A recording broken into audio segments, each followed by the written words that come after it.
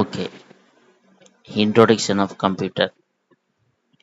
இதை நம்ம பார்க்குறதுக்கு முன்னாடி நான் ஏன் இந்த சேனலை ஆரம்பித்தேன் அப்படிங்கன்னு பார்த்தீங்கன்னா, பாதி பேர் பேசிக்ஸில் ஸ்ட்ராங் இல்லாமல் இருப்பாங்க கம்ப்யூட்டரில். அவங்களுக்காக தான் இந்த சேனல். அப்புறம் ஸ்கூல் லெவல்ஸில் உள்ளவங்க இந்த சேனல் மூலியமாக நம்ம 6th-லேருந்து 12th வரைக்கும் கம்ப்யூட்டர் நாலேஜை வளர்த்துக்கலாம்.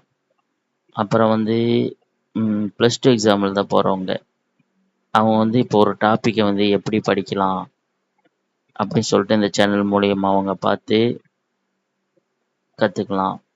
அப்புறம் காலேஜ் லெவல்ஸில் பார்க்கும்போது எக்ஸாம் ப்ரிப்பேர் பண்ணுறவங்க இந்த சேனல் மூலயமா பார்த்துக்கலாம்.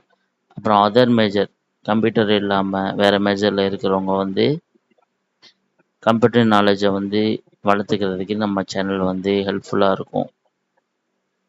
ஓகேவா? பேசிக்ஸில் நீங்கள் ஸ்ட்ராங் ஆகணுன்னா நம்ம சேனலை பாருங்கள், ஃபாலோ பண்ணுங்கள், சப்ஸ்கிரைப் பண்ணுங்கள். ஓகே, இப்போ நெக்ஸ்ட்டு நம்ம டாபிக்குள்ளே போயிடலாம். நம்ம இன்ட்ரோடக்ஷன் ஆஃப் கம்ப்யூட்டரில் எதை பற்றி பார்க்க போகிறோன்னா, இந்த கம்ப்யூட்டர்ஸ் எப்படி இந்த இப்போ இருக்கிற வேர்ல்டில் எப்படி யூஸ் ஆகுது, அந்த மாதிரி ஒரு கான்செப்டை தான் பார்க்க போகிறோம். இதில் ஃபஸ்ட்டு பாயிண்ட் என்னத்தை மென்ஷன் பண்ணதுன்னா, இப்போ நம்ம பார்த்தோன்னா கம்ப்யூட்டர்ஸ் நம்ம எல்லா இடத்துலையும் பார்க்குறோம்.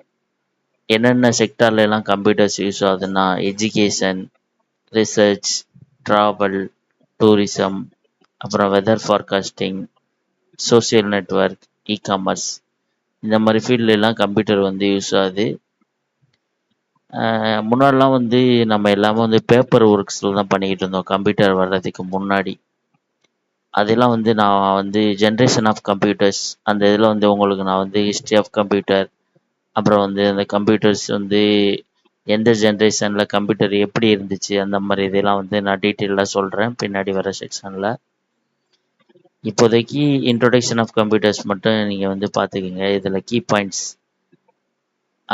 அப்புறம் செகண்ட் பாயிண்டில் கம்ப்யூட்டருடைய accuracy and speed of performing a job. அதாவது இப்போ நம்ம முன்னாலாம் நம்ம ஒரு வேலையை பார்க்குறதுக்கு நிறையா டைம் எடுத்துக்கிட்டோம்.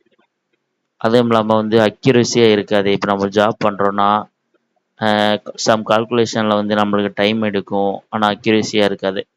ஆனால் இப்போ நம்ம சூப்பர் கம்ப்யூட்டர்ஸ் இந்த மாதிரி யூஸ் பண்ணுறதுனால கம்ப்யூட்டர் நம்மளுக்கு அக்யூரஸியாகவும் இருக்கும், அதே டைமிங்கில் ஒரு ஜாப்பை பண்ணுறதுக்கு ரொம்ப ஸ்பீடாகவும் பண்ணி முடிச்சிடலாம்.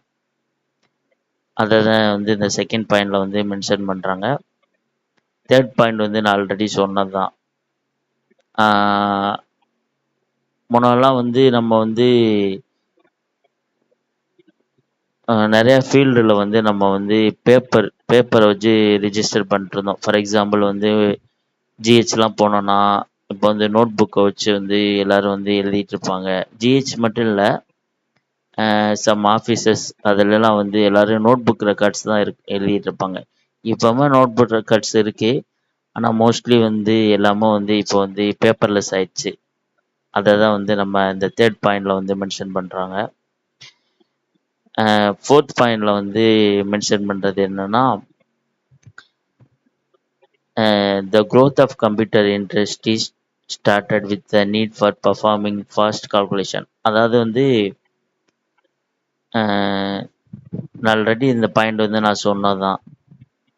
சம் இண்டஸ்ட்ரீஸ்லாம் இப்போ நிறையா பண்டில் ஆஃப் ஸ்டாக்ஸ் உள்ளே வரும், பண்டில் ஆஃப் ஸ்டாக்ஸ் வெளியே வரும். இது நம்ம மேனுவலாக பண்ணும்போது, மேனுவல் இன் த சென்ஸ், மேனுவல்னால் என்னென்னா நம்ம அதாவது நம்ம கால்குலேஷன் கம்ப்யூட்டர் ஹெல்ப் இல்லாமல் நம்மளாக பண்ணும்போது அது கொஞ்சம் டிஃபிகல்ட்டாக இருக்கும்.